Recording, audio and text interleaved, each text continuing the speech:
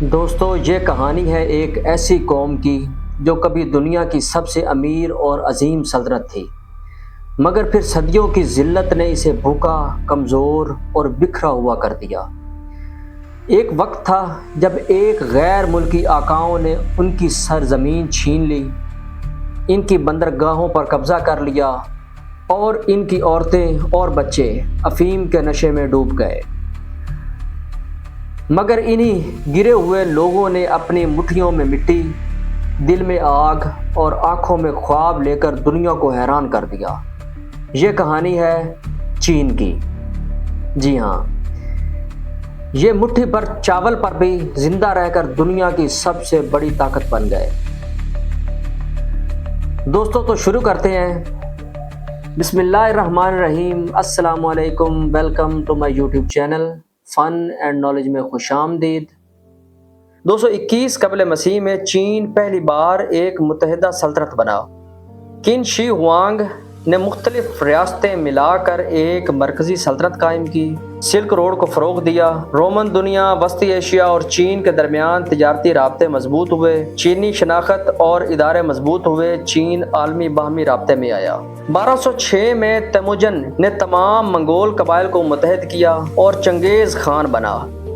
اسی سال سے منگول فاتحانہ مہمات شروع ہوئیں۔ منگولوں نے وسطی ایشیا، روس، ایران اور بالآخر چین کے شمالی حصوں پر حملہ کیا۔ منگولوں نے شمالی چین کو تباہ کن حملوں سے گزارا، بڑے پیمانے پر تباہی اور آبادی میں کمی ہوئی، تاہم ان کا کنٹرول بعد میں وسیع تجارتی راہوں کا باعث بنا۔ 1206 میں چنگیز خان نے منگول سلطنت کی بنیاد رکھی۔ 1271 میں اس کا پوتا قبلائی خان چین پر قابض ہوا اور یوان ڈینسٹی قائم کی۔ اس دور میں چین پہلی بار ایک ملٹی نیشنل امپائر بنا۔ منگولوں نے بیجنگ کو دارالحکومت بنایا۔ مشہور سیاح مارکو پولو اسی دور میں چین آیا، لیکن عوام منگولوں کو غیر ملکی جابر سمجھتے تھے، اس لیے نفرت بڑھتی گئی۔ 1368 میں زو یوان زینگ نے ریڈی ٹربن بغاوت کے ذریعے بیجنگ سے منگولوں کو نکالا اور منگ سلطنت قائم کی۔ 1644 سے لے کر 1911 تک شمال سے مینچو قبائل آئے اور 1644 میں بیجنگ پر قبضہ کر کے قنگ ڈینسٹی قائم کی۔ مینچو حکمران غیر چینی تھے، لیکن انہوں نے چین پر تقریباً 300 سال تک حکومت کی۔ ان کے دور میں چین کا رقبہ سب سے زیادہ بڑھا۔ سنکیانگ، تبت اور منچوریا شامل ہوئے۔ زراعت میں بہتری آئی، نئی فصلیں مکئی، آلو متعارف کرایا گیا۔ دوستو، چین کبھی مڈل کنگڈم کہلاتا تھا، یعنی دنیا کا مرکز۔ ریشم، چینی، مٹی کے برتن اور چائے کی وجہ سے پوری دنیا اس پر رشک کرتی تھی۔ مگر 1839 میں پہلی افیم جنگ نے سب کچھ بدل دیا۔ برطانیہ نے افیم بیچ کر کروڑوں چینیوں کو نشئی بنا دیا، اور جب چین نے یہ زہر روکنے کی کوشش کی تو جنگ مسلط کر دی گئی۔ نتیجہ یہ ہوا کہ چین ہار گیا اور معاہدہ ٹریٹی آف نانکنگ کے تحت اپنی بندرگاہیں اور ہانگ کانگ دینا پڑ گیا۔ اگلے 100 سال کو چین والے آج بھی ذلت کی صدی کہتے ہیں۔ جاپان نے بھی چین پر حملے کیے، نائجنگ میں لاکھوں لوگوں کا قتل عام کیا، جسے تاریخ میں دی ریپ آف نینجنگ کہا جاتا ہے۔ عوام بھوک، افلاس اور غلامی میں پس گئے۔ دوستو، اس وقت کسان اپنے کھیت چھوڑ کر بھوک سے مرنے لگے، شہروں میں بے روزگاری عام تھی، عورتیں غربت کی وجہ سے بیچی جاتی تھیں، کرپٹ جاگیردار اور وڈیرے اپنی زمینوں پر عیش کرتے تھے، عوام پر ظلم کرتے تھے۔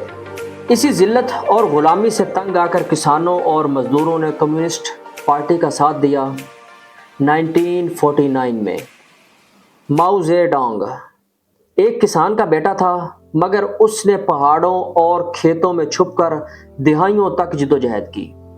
1949 میں بالآخر کمیونسٹ پارٹی نے نیشنلسٹ حکومت کو شکست دی۔ 1 اکتوبر 1949 کو بیجنگ کے تیان آن مین اسکوائر پر ماؤ نے سرخ پرچم بلند کرتے ہوئے اعلان کیا، چینی عوام اٹھ کھڑے ہوئے۔ اس لمحے کو آج بھی چین کی نئی زندگی کا آغاز کہا جاتا ہے۔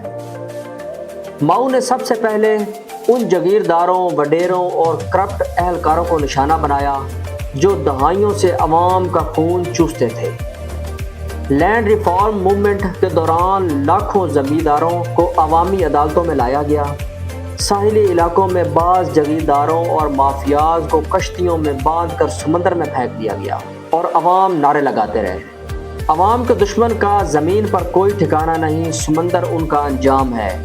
یہ وہ وقت تھا جب عوام نے پہلی بار انصاف اپنی آنکھوں کے سامنے ہوتے ہوئے دیکھا۔ 1958 سے لے کر 1962 تک گریٹ لیپ فارورڈ۔ ماؤ نے چین کو تیز رفتار ترقی دلانے کے لیے گریٹ لیپ فارورڈ کا آغاز کیا۔ کسانوں کو حکم دیا گیا کہ وہ کھیتوں کی بجائے گھروں میں لوہے کے بھٹے جلائیں تاکہ اسٹیل بنایا جا سکے۔ نتیجہ یہ ہوا کہ اناج ضائع ہوا، کھیت خالی رہ گئے اور 1959 سے 1961 میں چین کی تاریخ کا بدترین قحط آیا۔ اندازہ ہے کہ تقریباً 2 سے 4 کروڑ لوگ بھوک سے مر گئے۔ 1966 سے لے کر 1976 تک ماؤ نے اپنی طاقت کو بچانے کے لیے کلچرل ریولیوشن شروع کی۔